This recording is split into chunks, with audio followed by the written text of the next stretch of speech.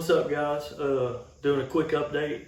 Nothing new really, just Brendan's been riding a lot better. He's actually getting comfortable on the bike. He's been riding pretty hard on it lately, and I don't know what's up with the tube, but I gotta fix the tube again.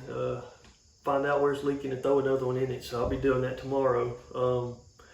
He's changing the gears, man, and actually hitting that hump pretty good, that little jump we got, and he's doing really, really well. But I tried running it a little bit while it was a little bit flat, and he's riding a little bit too hard. So now we got to change it out and get it right to where he can really, really ride on it.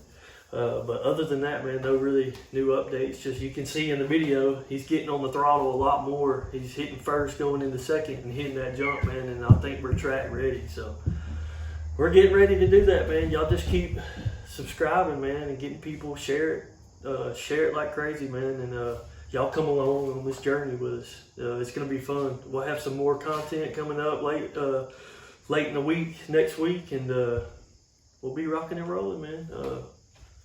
You got anything you want to say? Nothing. No. Nothing. Bye. All right. Let's see y'all. Holla.